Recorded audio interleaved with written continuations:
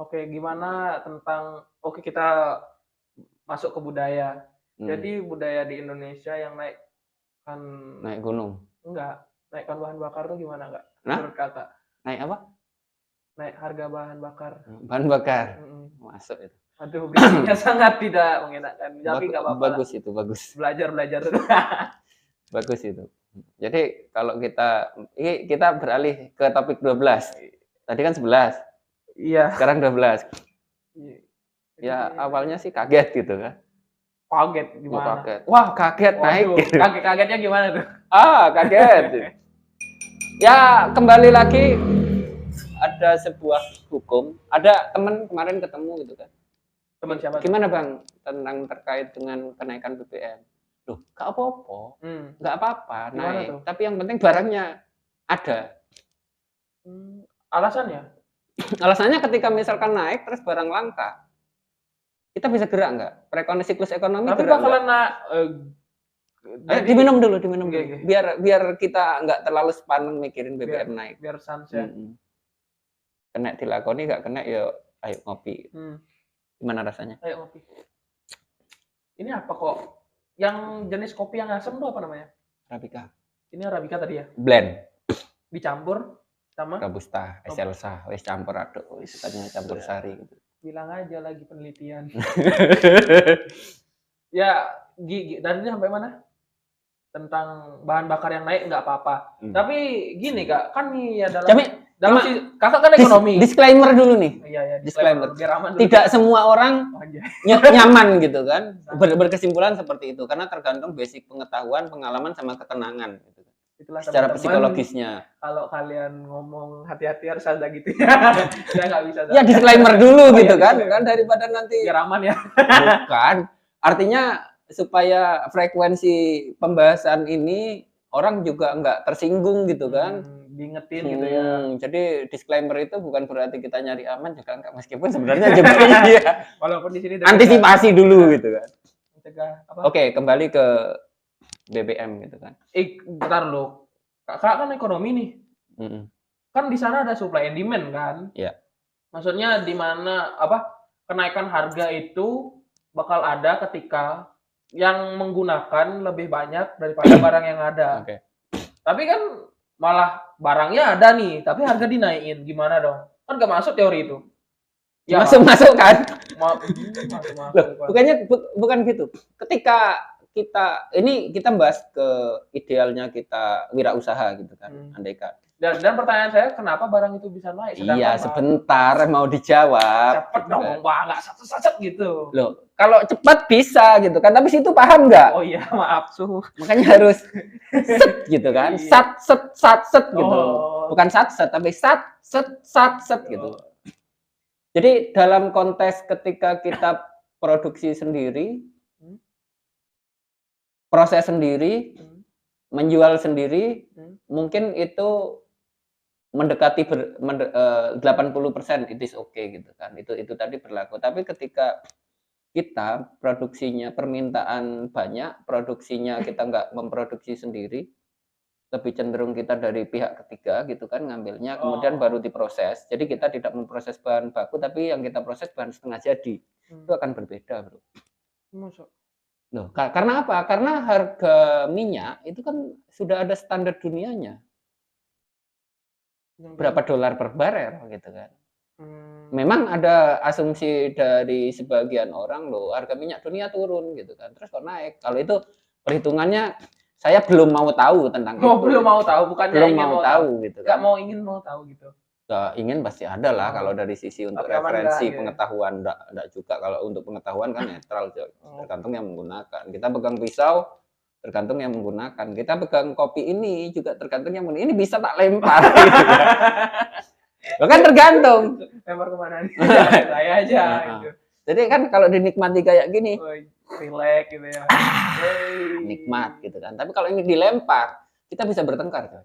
Siap. Nah, jadi tergantung gitu. Tergantung ke siapa. Sampai mana tadi? Dolar ke siklus gitu, dolar per barel. Jadi sehingga apa? Standar daya beli masyarakat ketika rupiah dengan dolar itu sudah berbeda.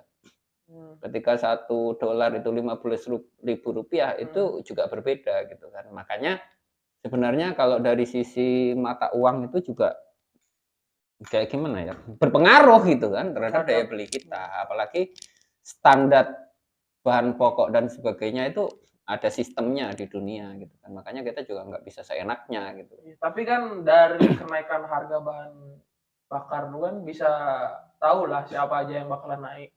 Siapa saja, bukan apa Wah, saja. apa saja. Mohon maaf sebelumnya. Saya masih baru-baru di sini.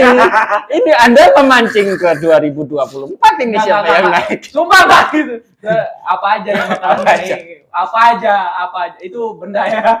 Apa aja yang bakalan sudah naik? pasti Kayak cabai, ketika hari Kamis ya, info naik itu 2:30, 1 jam sudah berlaku gitu kan. Setengah jam sebelum 1 jam. Sebelum bahan bakar naik. Setelah pengumuman 1 jam itu langsung berubah. Kurang lebihnya kayak gitu. Jadi pas itu saya ada acara BCE gitu kan. Jadi nggak bisa nyetok gitu. Apa tuh? Nyetok apa nih? Nyetok BBM-nya, tak fullin sepedanya gitu loh maksudnya. Jadi waktu itu memang kosong, setelah beli sudah berapa? 10.000 ya per liter. 10.000 itu untuk Pertalite, 17.000 untuk Pertamax. Pertama bukannya 14.000? 14 ya? 14. Cuma harga jualnya nggak tahu. Saya kemarin beli Pertalite. Nah, jadi itu juga agak aneh sih. Aneh secara logika saya. Sekali lagi ini logika saya pribadi. Iya dah, yang nyari aman. Anehnya ibaratkan gini, nyetok nih. Kapasitas misalkan 8.000 liter. Kan nggak habis 1 hari. Iya. Nah, anggapnya standarnya 1 hari. Nah, itu 1 jam naiknya. Berarti otomatis pemberlakuan itu kan harusnya beli baru dulu idealnya ya. Beli baru, kita harga naik, baru kita menjualkan naik.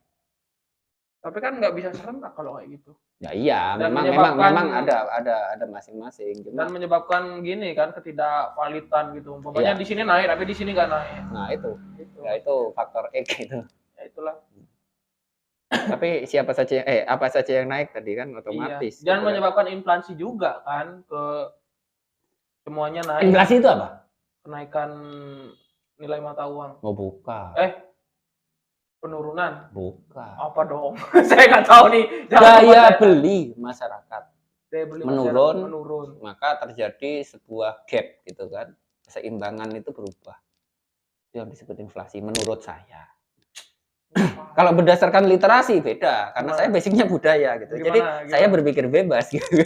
Enggak gitu juga sih. Kita kan membutuhkan. Iya, tapi setidaknya yang ketika inflasi itu ketika masyarakat terhadap sebuah barang daya belinya itu turun. Itu yang kayak bahan bakar nih, umpamanya bahan bakar naik. Jadi 10.000 biasanya saya ngisi bahan bakar cuma 2,5 udah bisa 1 minggu bolak-balik sini. Jadi 3 hari gitu kan. Itu tidak diimbangi dengan penerimaan kita. Akhirnya penerimaan dengan pengeluaran ini kita harus mikir lagi gitu kan. Yang biasa kita loss gitu kan, kita ngopi di kafe loss, sekarang kita harus bikin sendiri gitu. Itu salah satu bentuk usaha kita untuk survive gitu kan. Bagaimana kita bisa ngopi, menikmati kopi, kualitasnya juga lebih artinya kan kita lebih tahu gitu kan sambil belajar juga. Nah, itu yang sebenarnya produktivitas versi saya gitu kan. Dicari sisi positifnya gitu ya. Jadi dari sini berproses gitu kan, kita akhirnya mau tidak mau kan mengenali. Kita harus belajar gitu kan. Nah, proses belajar inilah yang kadang itu terabaikan. Terabaikannya kenapa? Karena sibuk. Aktivitas, perekonomian, nyari uang, terus apalah gitu kan dengan kesibukan aktivitas. Padahal setiap hari yang kita lakukan, kalau kita bisa mengkaji lebih dalam, itu adalah ilmu yang bisa dikembangkan dalam konteks, dalam tanda kutip kita untuk berwirausaha. Berwirausaha kan ada ide. Setelah ide apa yang kita lakukan? Apakah yang bisa kita lakukan itu bisa menjadi sebuah motivasi usaha? Misalnya kita udah mahir nih bikin kopi. Ya otomatis kan test case-nya teman-teman gitu kan. Oh, kopimu enak, terlalu sering kan bisa gitu. Nah, kita mendapatkan penghasilan, pemasukan, poin plusnya gitu kan di situ. Jadi ya sebagian kecil orang gitu kan. Karena sebenarnya kalau dalam konteks kenegaraan kalau nggak salah negara itu akan stabil ketika wirausaha-nya itu mencapai 5%. Lebih dari 5% itu lebih stabil. Negara gimana? Negara akan Negara stabil. stabil perekonomiannya ketika pihak wirausaha atau Wirausaha-nya. pengusaha itu 5%. Jadi Indonesia berapa persen? Nggak sampai 5%, sekitaran 2 kalau nggak salah, 2-3%. 2%. Oh, iya. Konon dari sebuah teori gitu kan. Teori Ada teorinya, ada perhitungannya. 5%. Negara itu akan stabil standarnya. jika wirausahanya sudah mencapai. Ya, dari itu kemarin di kampus kayaknya ada wirausaha merdeka, itu kan merupakan upaya dari pemerintah juga kan untuk menyetabilkan negara.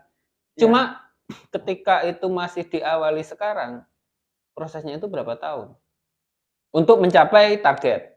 Karena kalau kita berada di zona investasi pengetahuan, waktu itu relatif lama. Contoh, ketika kita ngajarin nih, ada sebuah metode untuk supaya percepatan anak untuk setidaknya dia enggak gampang galau, enggak gampang baper, mental lah anggapannya gitu kan. Dari start ini minimal itu 3 tahun baru kelihatan hasilnya. Ya bukannya lebih baik kita mencoba sekarang daripada nggak sama sekali, ya kan? Itu pembenaran apa kebenaran? Saya nyari aman. Anda jangan macam-macam. Oke teman-teman, mungkin itu kali ini kita bahas ya apa fenomena yang meresahkan. Jangan lupa di subscribe untuk mengetahui video kita biar tidak ketinggalan video-video kita selanjutnya. Oke, next time sampai jumpa di video kita selanjutnya. Salam apa? Yang kemarin itu salam apa? Lupa saya. Waduh, ya salam goreng. Gak jelas.